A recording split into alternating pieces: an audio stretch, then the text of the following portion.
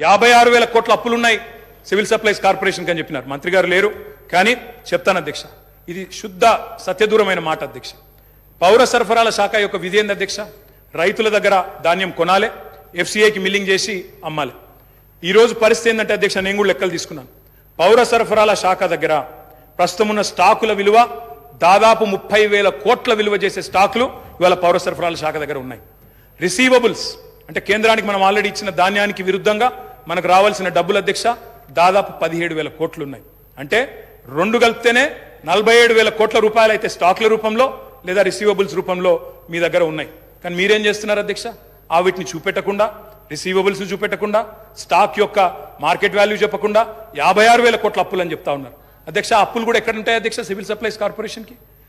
రైతు దగ్గర మనం పంట కొంటాం, కొన్న తర్వాత వాళ్ళకి పైసలు ఇవ్వాలి, మనం మిల్లింగ్ చేసి మళ్ళీ ఎఫ్సీఐకి ఇవ్వాలి. ఎఫ్సీఐ నుంచి పైసలు వచ్చే వరకు 4-5 నెలలు అవుతుంది సార్, అప్పుడప్పుడు 6-7 నెలలు కూడా అవుతుంది.